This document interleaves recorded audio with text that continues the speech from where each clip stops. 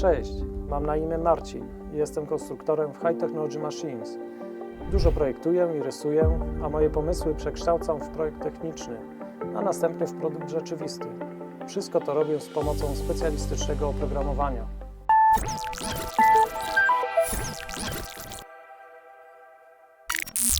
Komputerowe wspomaganie projektowania, CAD, bo o nim mowa, jest bezpośrednim wsparciem udziału technologicznego naszej firmy.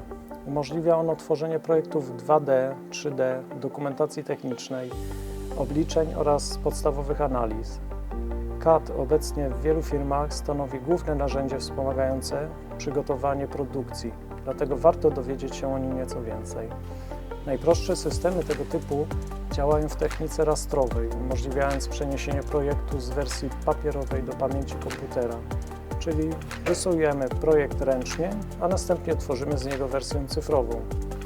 Bardziej zaawansowane oprogramowanie, szeroko stosowane obecnie na rynku, wykorzystuje grafikę wektorową, co oznacza możliwość tworzenia projektu od podstaw i przedstawiania go w sposób przejrzysty i skalowalny na ekranie komputera.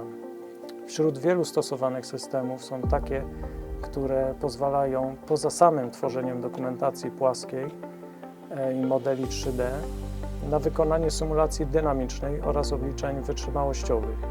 Istnieje również możliwość opracowania i generowania części maszyn, automatycznych przekrojów, instalacji rurowych, instalacji elektrycznych, projektów architektonicznych, a nawet projektów geodezyjnych.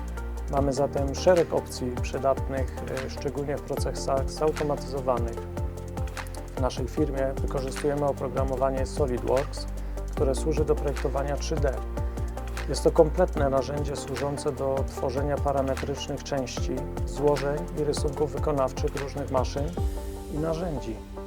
Mamy również do dyspozycji bibliotekę Normaliów Toolbox, która umożliwia nam korzystanie z gotowych projektów części współpracujących z gamą naszych produktów handlowych. Dzięki temu jesteśmy w stanie zaprojektować praktycznie każdy detal, który da się obrobić na znanych nam centrach obróbczych, a wszystko to, czego jeszcze nie znamy, chętnie poznajemy. Nie bez przyczyny zwiemy się Centrum Badawczo-Rozwojowym. Na dziś to już wszystko. Zapraszamy do obserwowania naszych działań w social mediach oraz oczywiście subskrypcji kanału High Technology Machines na YouTube, gdzie regularnie pojawiają się nowe materiały dotyczące samego skrawania, jak i maszyn obróbczych. Zapraszamy do współpracy. High Technology Machines Limited. Productivity Development.